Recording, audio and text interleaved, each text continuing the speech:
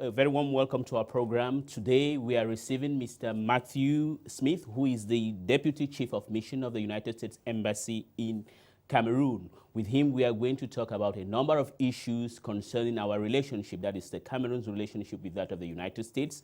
And of course, there is a problem or an issue that everybody would like to listen to and have the perspective of the American government. That is the cooperation, the military cooperation between the United States and Cameroon in the fight against Boko Haram. Please don't go away.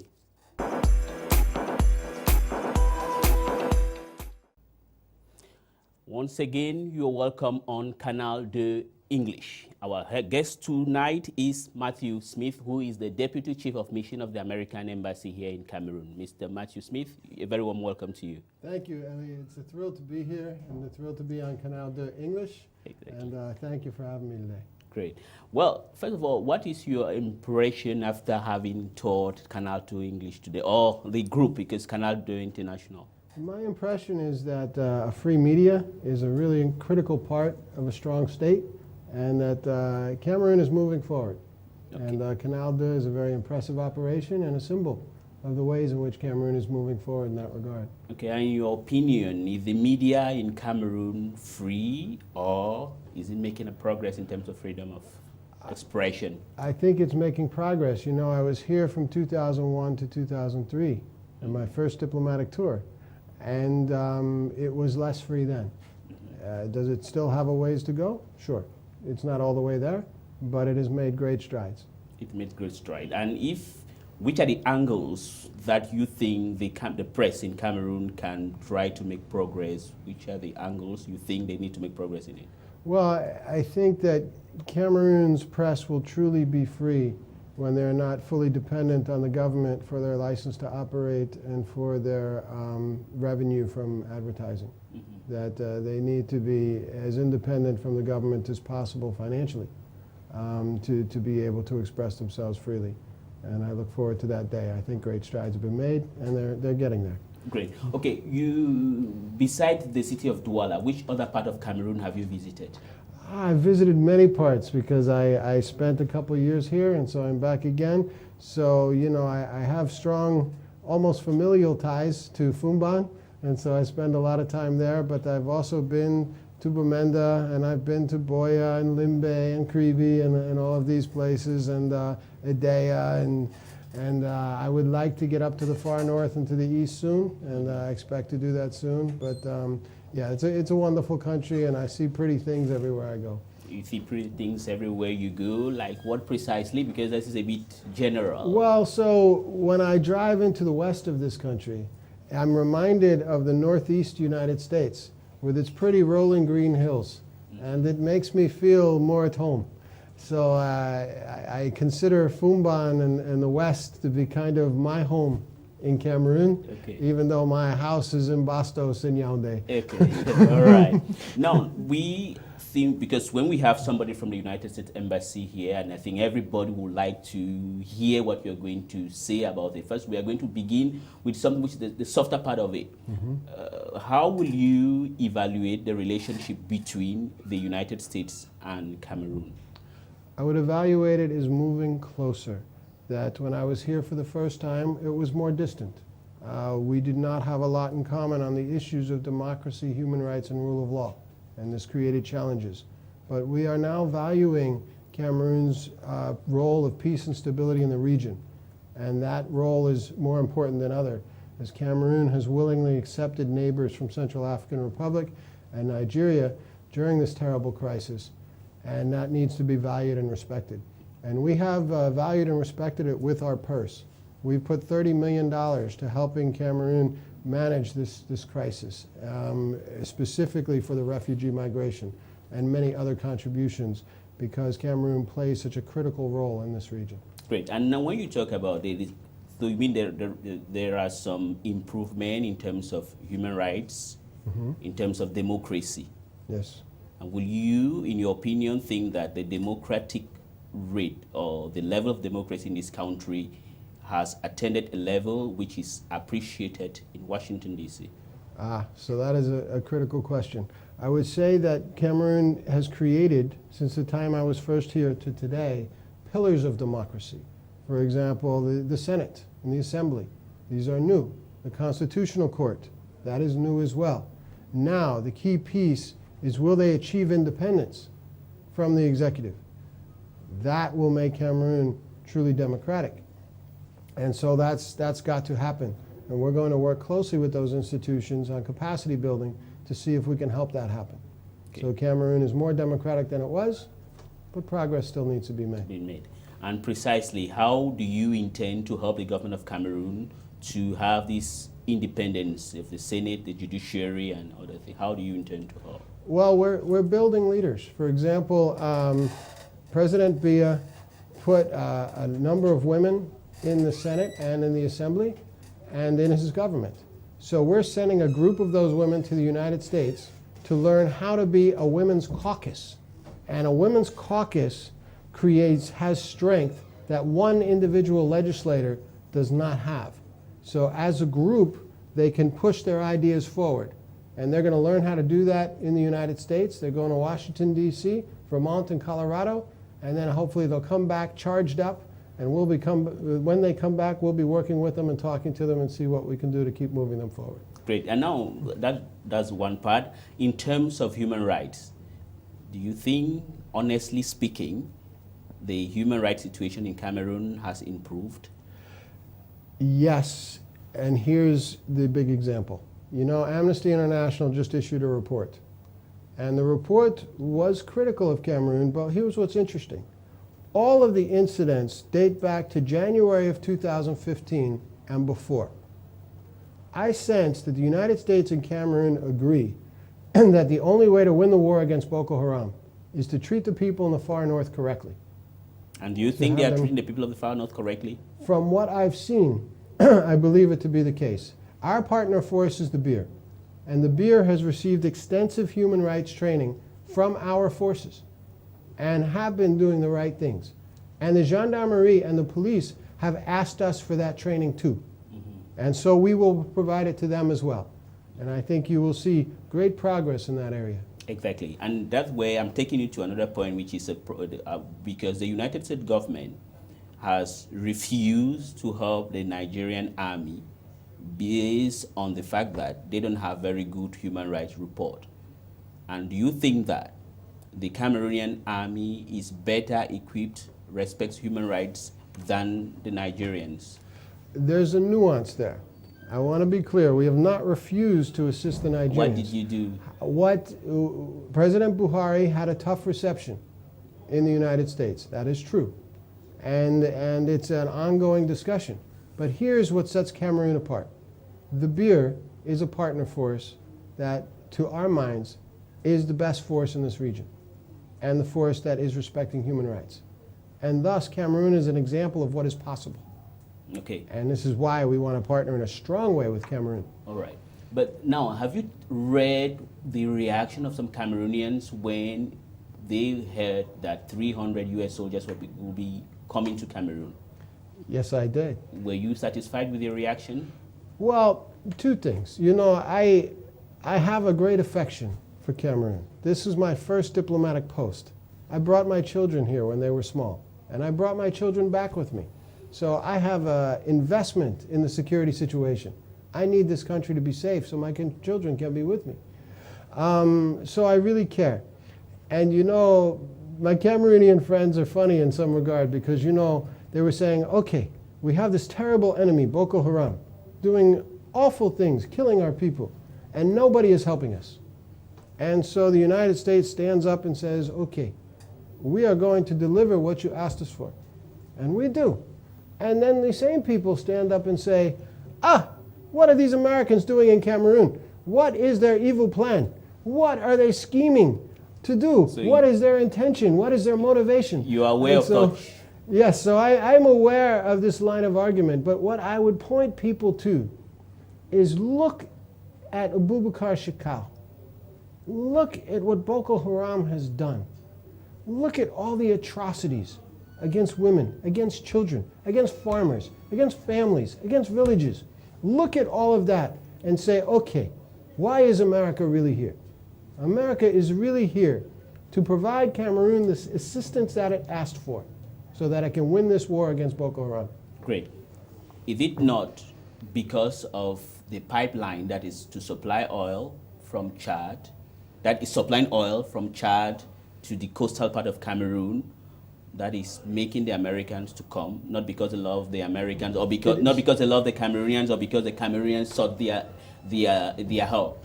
So this is the question of interest. Yes, nations always have interest. And what I would say to that is that, you know, the United States is oil independent at this point. Through fracking, we have enough oil to meet our needs for decades, if not centuries. So we don't need oil, and we don't need to go around the world seeking oil adventures. We are here because the Cameroonian government asked us for a specific product: intelligence, surveillance, reconnaissance. Their forces want to see Boko Haram before they get in Cameroon, so that they're ready for them and can kill them when they arrive. Okay. And we said, yes, we will provide that resource. You will provide that resource. But other thing that you are here, let me put it the question the other way around. Mm-hmm. Are you not in Cameroon simply because you want to have a greater control of the Gulf of Guinea, which is a strategic part in your government's plan on fuel or energy independence? Let's talk about the Gulf of Guinea. That's important. The best story of cooperation between the United States and Cameroon is the Bir Maritime and the Gulf of Guinea. You had a problem with pirates in this country for years. Today, you do not have a problem with pirates. And so that is thanks to the United States? That is thanks to the partnership between the Bir Maritime and the United States. And from that experience, the United States, the Bir is a good partner. The Bir is a force that we can work with. And then, so when Boko Haram crept up, the Bir was talking to us and we were talking to them, and it was agreed we should provide the assistance that the Bir asks us for, because they're a force that we want to work with. That is the long and the short of it. Okay, I will put, you know, your presence here raises a lot of geostrategic questions. Yes. And on the other question is, I don't know if you've read, there's a Frenchman called Pierre Péan. He wrote a book on the rivalry between the United States and France.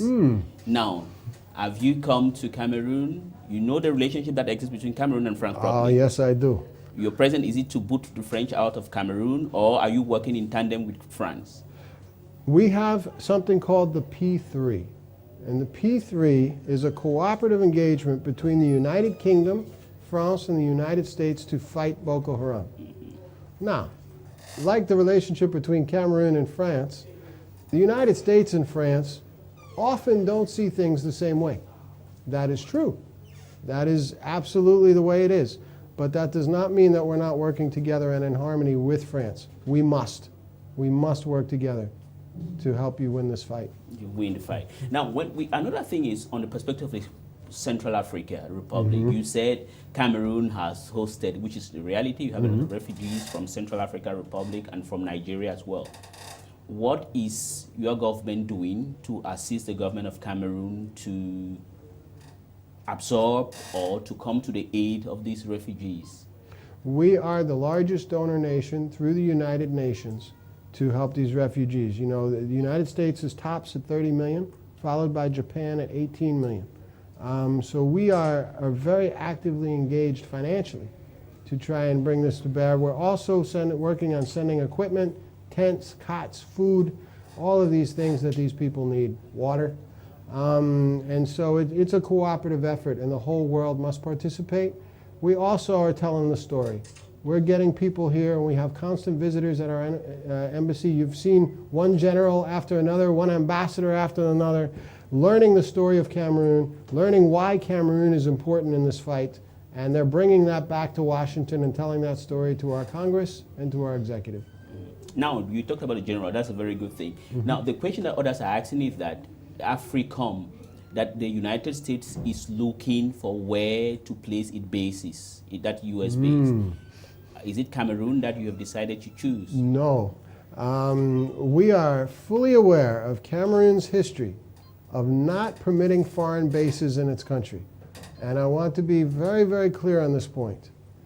We have our guys, General Williams' guys, Exactly. on an Air Force base in Garoua that is Cameroonian. And they are not there to stay. They are there at the invitation of the Cameroonian government, as long as the Cameroonian government welcomes them for the fight against Boko Haram. And the second the Cameroonian government says it's time for them to leave, they will leave. Which means that if the fight lasts for 50 years, you're going to stay here for 50 years. If the fight lasts for 50 years, we're doing something very wrong. We must defeat Boko Haram, so they will stay as long as it takes to win the fight against Boko Haram. Do you have a time frame? Do you have a target date that you think by then Boko Haram will be defeated? We do not, because one, we don't want to make promises we can't keep, and two, there are two phases to the war against Boko Haram. You have to defeat them militarily, but then you also have to build a future for the people of the far north. And economic development and giving those people something to believe in, and believing that they've got a great future in Cameroon, is going to be important to winning that war. And of course, that's not under our control. Cameroon has got to step up and be a great partner in economic development to make that happen for those people. And do you think Cameroon has that capacity or potential too? I think the cabinet reshuffle indicates that Cameroon wants to. Cameroon wants to very badly, and we are going to work as hard as we can to partner with them and deliver whatever they ask of us to try and do that. Now, another question, you said Cameroon is progressing democratically at the beginning of the interview. But don't you also think that the government of Cameroon is very secretive? There are things that they don't let public, people don't know about what is going on. Well, what's interesting to us, you know, the United States is a bit of a free-for-all. That the media says what it says, and the politicians say what they say, and everybody can see it, and it's in the wide open.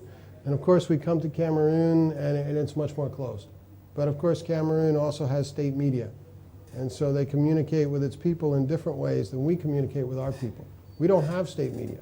So how Cameroon's officials' approach to talking to their people is completely different from our own. Okay. I would like to ask you this very personal. That's for you.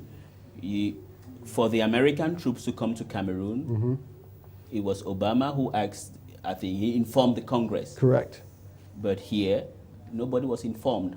How did you receive, or how did you feel about it? Again, I think it's very important for people to understand is yes, we have a more loose and free dialogue with our people than Cameroon does. But Cameroon was fully aware at all stages.